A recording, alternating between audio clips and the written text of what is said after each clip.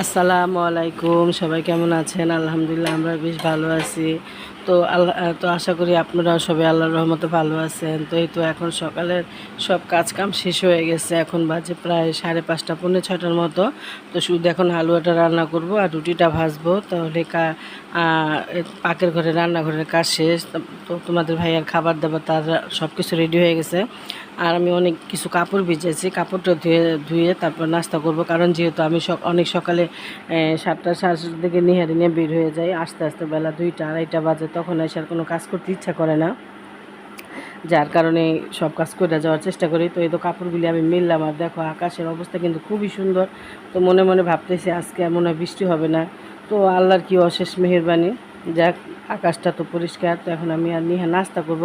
তো নিহা নাস্তা করতে চায় না, আর সব কাজই শেষ করছি, কিন্তু শুধু এই কাপড়গুলি ভাঁজ করতে পারি নাই। তো এই তো কারণ সময় তো কম, কাজ করতে করতে কিন্তু সময় চলে যায়, সময়ের বোঝা যায় না, কাজ শেষ হয় না কিন্তু সময় চলে যায়। তো এই তো এখন বের হয়ে গেছি নিহারে নিয়ে।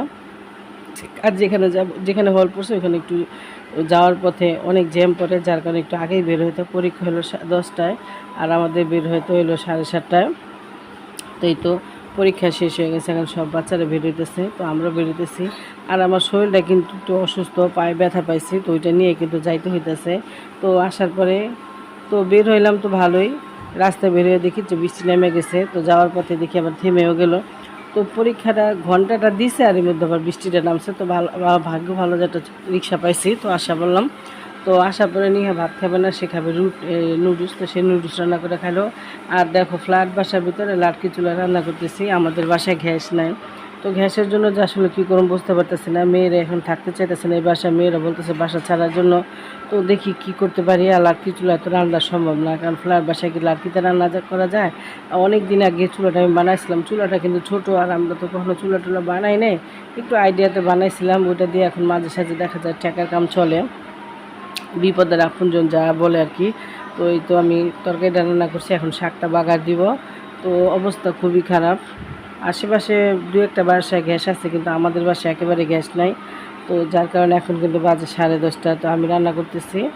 তো মেয়েরা বলছে আম্মু রান্না করে দেখি। তো এই তো আমি শাকটা ভাজি করছি, আর কই মাছ দিয়ে ডাটা দিয়া কাঁঠালি বিচি দিয়ে রান্না করছি।